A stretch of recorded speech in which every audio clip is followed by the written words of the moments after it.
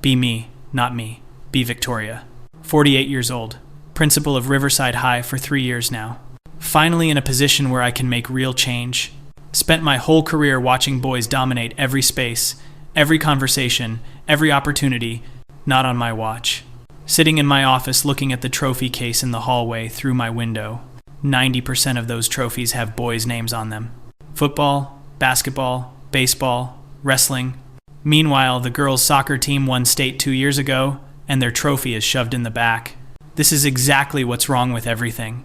Have an epiphany during morning coffee. Why are we still perpetuating these aggressive, competitive male spaces? Boys don't need another arena to learn dominance and aggression. They need to learn collaboration, emotional intelligence, support. Girls need to see that they can occupy space without male interference. Call an emergency meeting with the athletic director, Liam. He's been here 20 years old, guard. Exactly the problem. Liam, I've been reviewing our athletics program. I want to restructure it to better serve all our students. He looks confused, sips his coffee. Restructure how? I'm implementing a new policy. Effective next semester, we'll be suspending all competitive boys' sports teams. Watch his face go from confused to shocked. All of them? Victoria, we have 5 boys' teams. That's 200 students. Those students will have plenty of other opportunities. Intramural sports, non-competitive recreation, clubs. But the girls' teams will continue as normal. He's quiet for a long moment.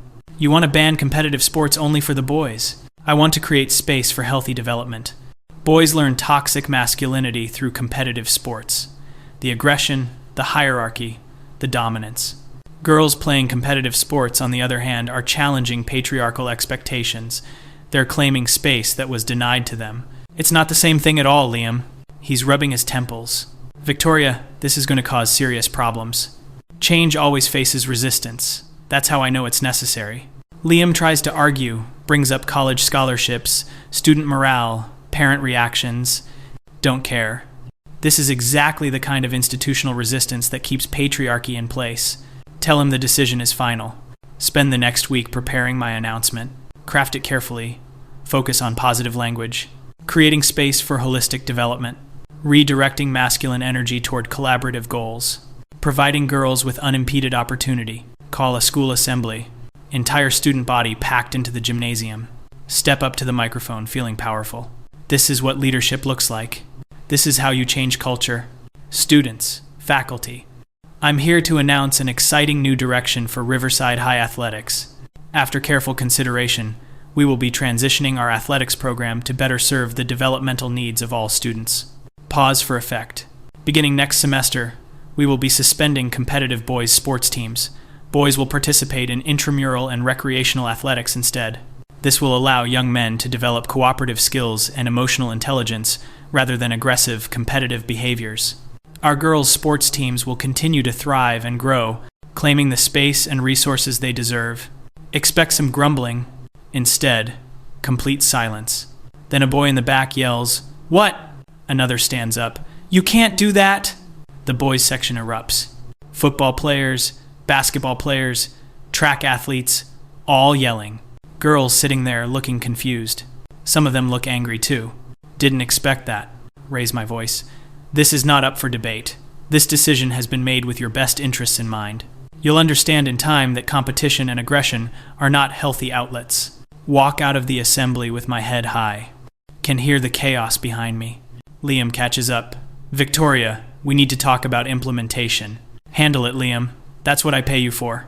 Over the next few days, the fallout begins. Parents calling, emailing, showing up at my office. Delete most of the emails without reading. Have my secretary screen calls. One father manages to get into my office, red-faced, angry. His son is a senior, was being scouted for college baseball. You're destroying my son's future. Your son's future shouldn't depend on a system that perpetuates masculine dominance. Perhaps this will teach him to find value beyond athletic achievement. He has a scholarship opportunity. Then perhaps the college should reconsider what they value in young men. Security escorts him out. Feel vindicated. This is exactly the kind of entitlement that needs to be dismantled. Sons thinking they deserve opportunities just because they can throw a ball. School board meeting next week. Prepare my presentation, all my research, all my reasoning. Patriarchal structures, toxic masculinity, gendered violence, Male entitlement. Show up confident. Boardroom is packed. Parents in the back. Standing room only. Present my case for 30 minutes. Explain how competitive sports teach boys that their value comes from dominance. How it creates hierarchies that bleed into classroom behavior, hallway behavior, treatment of girls. How removing this will create a more equitable environment. Board members look uncomfortable. The board president, a woman named Carol, speaks first. Victoria, I appreciate your passion, but this seems extreme. Why not reform the programs rather than eliminate them? Because reform doesn't work. We've been trying to reform patriarchy for decades. Sometimes you need to dismantle. Another board member, Robert, leans forward. What about Title IX? Doesn't this violate federal law? Prepared for this. Title IX requires equal opportunity regardless of sex.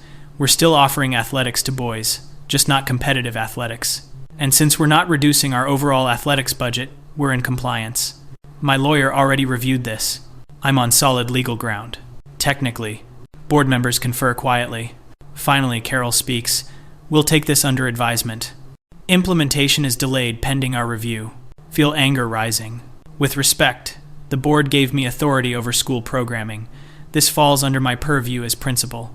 We gave you authority, Victoria. We can also review that authority. Leave the meeting furious. This is exactly how patriarchy maintains itself. Even women like Carol defending male privilege. 2 weeks pass. Boys are getting restless. Football season is supposed to start. They're still practicing, Liam tells me, even though I told him to shut it down. They're just throwing the ball around after school, Victoria. Not official practice. Shut it down. No use of school facilities for competitive preparation. He looks at me like I'm insane. They're in the parking lot. Then tell them to leave the parking lot. Notice the girls' teams are practicing normally. Good. Watch the girls' soccer team running drills. This is what empowerment looks like. Then something weird starts happening. Girls start quitting their teams. First 2 girls from basketball, then 3 from soccer, then 5 from volleyball. What? Call in Amy, captain of the soccer team. Amy, I'm seeing unusual attrition from girls' sports. Do you know what's happening? She won't meet my eyes. Some girls don't want to play anymore. Why not? This is your moment. You have all the resources, all the support, all the spotlight. She's quiet. Amy, speak freely. This is a safe space. It doesn't feel right, Miss Victoria. What doesn't feel right? Playing when the boys can't. It feels like we only get to be good because they're not allowed to play. Cannot believe what I'm hearing. That's internalized misogyny, Amy. You're allowed to take up space. You don't need male permission. It's not about permission. It's about, my brother is on the football team. Was on the football team. He cries in his room now. He's crying because he's learning that his value doesn't come from dominating a field. That's growth. Amy leaves looking unconvinced. More girls quit over the next week. By the end of the month, girls' sports participation is down 40%. What is happening? Call a meeting with the remaining girls' team captains. Need to understand this. 6 girls show up, should be 12. Ask them directly, why are your teammates quitting? Silence. Then Jessica from volleyball speaks up. Because it's not fun anymore. How is it not fun? You have everything you need. We have everything except competition. The boys' teams pushed us. We pushed them. Now it's just us, and half of us don't even want to be here. Another girl, Maya from basketball, nods. My boyfriend, my ex-boyfriend, now he was point guard. He's so depressed he won't even talk to me. I can't enjoy basketball knowing what it cost. Feel frustration rising. So you're centering boys' feelings over your own opportunities? Jessica shakes her head. You're not listening. Our feelings. We don't like this. We didn't ask for this. You should want this. This is equity. Maya stands up. This isn't equity. Equity would be everyone getting to play. This is just mean. She walks out. The others follow. Sit in my office alone trying to process. They're too young to understand. They've been conditioned by patriarchy to center male feelings. This is temporary resistance. They'll see eventually. Then the petition appears. Students created a petition to reinstate boys' sports. 700 signatures by the end of the first day. School only has 950 students. That means girls signed it. That means faculty signed it. Feel betrayed. Call an emergency faculty meeting. I'm disappointed to see faculty undermining administrative decisions. English teacher named Sarah raises her hand. Victoria, with respect, many of us have concerns about this policy. Your concerns are noted. No, I don't think they are. You're not listening. The boys are suffering. The girls are unhappy. Parents are threatening legal action. The school board is investigating. This isn't working. Change is difficult. This isn't change, Victoria. This is chaos. Liam stands up. I've been doing this for 20 years. I've never seen morale this low. Students are transferring. We've lost 15 students this month alone. What? Transferring where? Other schools. Private schools. 2 families are homeschooling now. They're leaving because of this policy. The room is staring at me. Feel cornered. This is temporary adjustment. The research clearly shows. What research? Sarah again challenging me. Studies on toxic masculinity, on competitive aggression in adolescent males. Show me one study that recommends banning boys from sports entirely. Don't have one. Because the studies don't say that exactly. But the implication is clear. The research points toward this conclusion, even if it doesn't explicitly state it. I don't have to justify my decisions to you. I'm the principal. Walk out of my own meeting. Hear them murmuring behind me. 3 days later, the boy shows up. His name is Oliver, senior, was captain of the wrestling team. Asks to meet with me. Almost say no, but something makes me agree. He sits across from my desk, calm, composed. Miss Victoria, I want to understand your reasoning.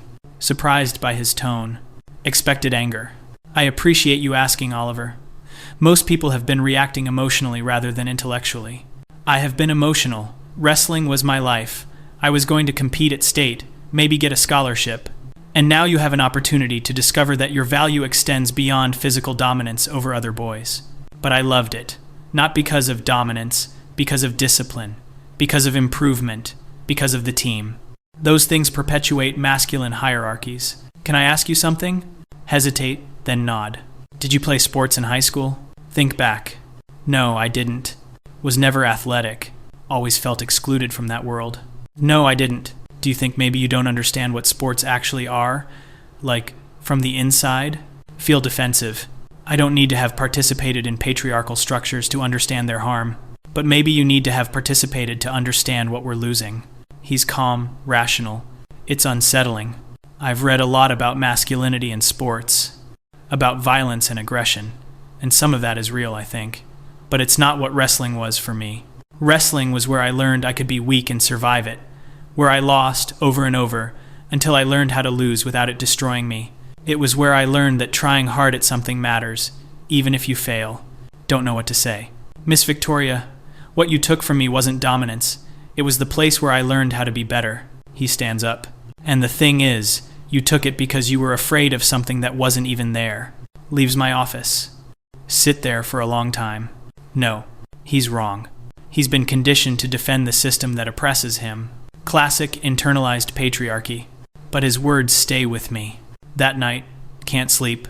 Keep thinking about the empty trophy case. The girls who quit. The petition. Oliver's face. Next morning, there's a letter on my desk. From the school board. They're reversing my policy. Effective immediately. All sports programs are reinstated. Boys and girls. Cite community feedback and student welfare. Also mention declining enrollment and potential legal liability. Feel rage, then panic. This can't be happening. Call Carol from the board. You're undermining everything I was trying to accomplish. Victoria, you have to understand. We can't sustain this. We've lost students. Families are threatening lawsuits. The community is in an uproar. Sometimes doing the right thing is unpopular. Sometimes being unpopular means you're wrong. Hangs up. Feel everything collapsing. Spend the day in my office. Liam comes in around 3 p.m. The board's decision is posted. Students know. They're celebrating in the hallways. Hear whooping and cheering outside my door. Sounds like boys. Sounds like girls, too. Liam sits down. Victoria, I need to ask, what did you think was going to happen? I thought I would create equity. By taking something away from one group, they had too much. The boys had too much space, too much attention, too much of everything. He's quiet for a moment. Did it ever occur to you that the answer wasn't less for them, but more for everyone? That's not how resources work. That's exactly how resources work. We could have fundraised, built more, created more opportunities. Instead, you just destroyed. Feel tears threatening. Will not cry in front of him. I was trying to help. You were trying to hurt. Be honest. You wanted to take something from the boys because you felt like they'd taken something from you. Words hit like a slap because they're true. Watching those boys dominate the trophy case, the hallways, the attention, it reminded me of high school, of being invisible, of boys mattering more. Wanted them to feel what I felt. Wanted them to lose something precious. You used your authority to punish children for your own resentment, Liam says quietly. That's not leadership. That's revenge. He leaves. Sit alone in my office as the school day ends. Hear the football team gathering in the parking lot for practice. Reinstated immediately. Oliver probably back in the wrestling room. Girls' soccer team probably celebrating that their competition is back. Everything I tried to do, undone. Worse than undone. Backfired completely. Girls didn't feel empowered. They felt guilty. Boys didn't learn humility.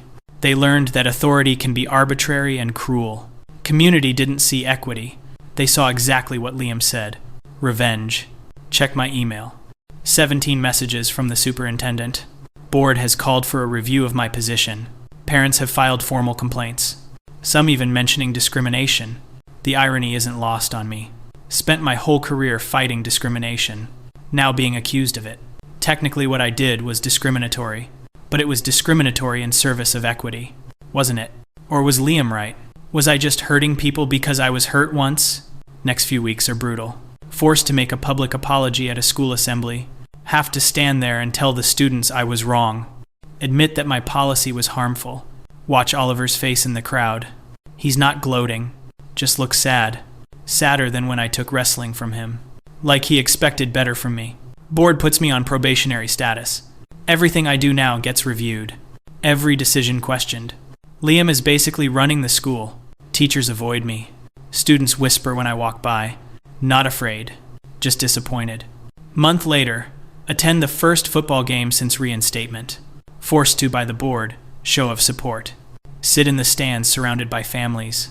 Watch the boys play. They're not dominating or aggressive. They're focused, working together. When they score, the girls' soccer team, sitting nearby, cheers. Girls and boys mixing, celebrating together. One player, Alex, throws his arms around his teammates after a touchdown. They pile on him, hugging. They look joyful. They look connected. They look the opposite of what I thought competitive sports created. Sarah, the English teacher, sits next to me. See that number 44? That's my son, Michael. Didn't know she had a son on the team. He struggled with depression last year. Therapy, medication, the works. Football was the thing that saved him. The team, the purpose, the structure. When you banned it, he spiraled again. Bad. Feel sick. I didn't know. You didn't ask. You assumed you knew what was best for all these boys without knowing anything about them individually. You saw a category, not children. Watch Michael catch a pass. Watch his mother's face light up. At halftime, Oliver walks past to get concessions. Sees me. Stops. Glad you're here, Miss Victoria. Surprised he's talking to me. Oliver, I owe you an apology. Specifically. You already apologized at the assembly. That was required. This is personal. You tried to make me understand, and I wouldn't listen. I'm sorry. He considers this. Can I ask what changed your mind? Nothing changed my mind. The board reversed my decision. He looks disappointed again. So you still think you were right? Really think about it. The honest answer? I don't know what I think anymore. I thought I was serving justice, but everyone suffered, including the people I thought I was helping. Maybe that's a start, he says. Walks away. Watch the second half. Watch boys and girls cheering for both teams. Girls' soccer game is tomorrow. Boys will probably come support them. This is what Liam meant. More for everyone, not less for some. But I couldn't see it. Was too focused on the trophies that had boys' names, not focused enough on building a bigger trophy case. Season continues. Boys' sports fully restored. Participation rates climbing back. Girls' sports participation recovering too. Back to 85% of original numbers. Girls feel okay about competing again, because everyone gets to compete. My probation continues. Superintendent meeting next month to determine my future. Likely won't be principal much longer. Maybe that's appropriate. Oliver's wrestling team wins their division. He places second at state. Scholarship to a good school. Feels like a rebuke. Everything I tried to prevent, happening anyway. But he seems happy. Healthy. Girls' soccer team also wins division. Trophy case gets expanded. Room for everyone now. Watching it happen without me. Watching the school heal from what I did. Sit in my office late one evening. Liam knocks, comes in. Thought you might still be here. Where else would I be? He sits. Board's leaning toward non-renewal of your contract. Nod. Expected this. For what it's worth, Victoria, I think you genuinely believed you were doing good. Road to hell and all that. Yeah, but intention matters. Not as much as impact, but it matters. I destroyed so much, Liam. For nothing. Not for nothing. Every teacher here will think twice before using authority as a weapon now. That's something. Bitter lesson. I wanted to help girls. I really did. I know. But you can't help one group by hurting another. Equity doesn't work that way. He leaves. Look at the trophy case from my window. New trophies being added. Boys and girls' names side by side. Oliver's wrestling trophy there. Jessica's volleyball achievement. Turns out there was room all along. Just needed someone to see it. Someone who wasn't me. Think about what I could have done differently. Fundraised for girls' sports. Hired more female coaches. Created mentorship programs. Expanded opportunities. Built something instead of destroying something. But that would have required believing boys and girls could both thrive. Would have required seeing boys as children, not oppressors. Would have required letting go of my own pain. Couldn't do it. Let my resentment make me small. Let my ideology make me cruel. Called it justice. Was just revenge.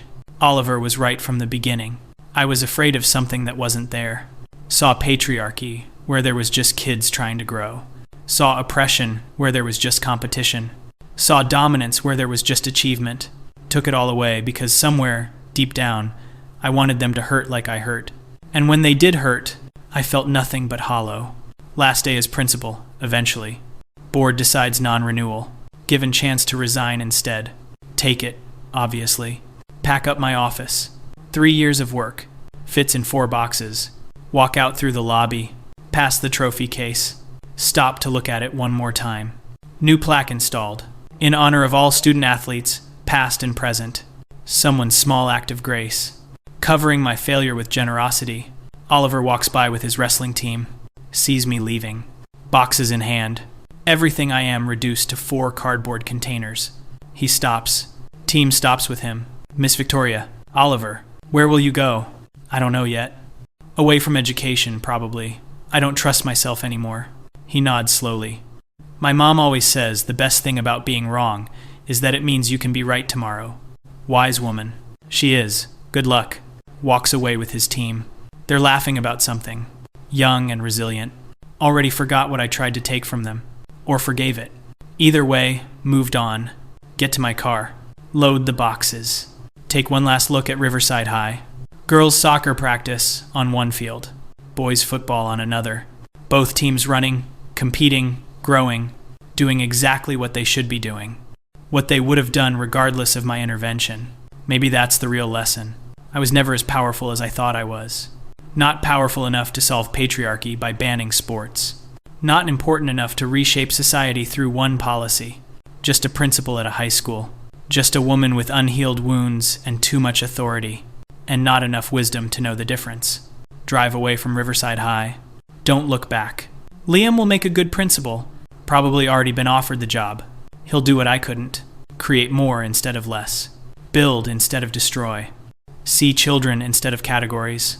And those kids, Oliver and Amy and Jessica and all of them, they'll be fine. Better than fine. They'll thrive despite me. Maybe because of me, in some backwards way. Maybe my failure taught them something my success never could have. Doubt it, though. Probably just a story they'll tell later. Remember that crazy principal who banned boys' sports? Remember how stupid that was? Laugh about it at reunions. Footnote in school history. Cautionary tale. That's all I'll be. And maybe that's all I deserve to be.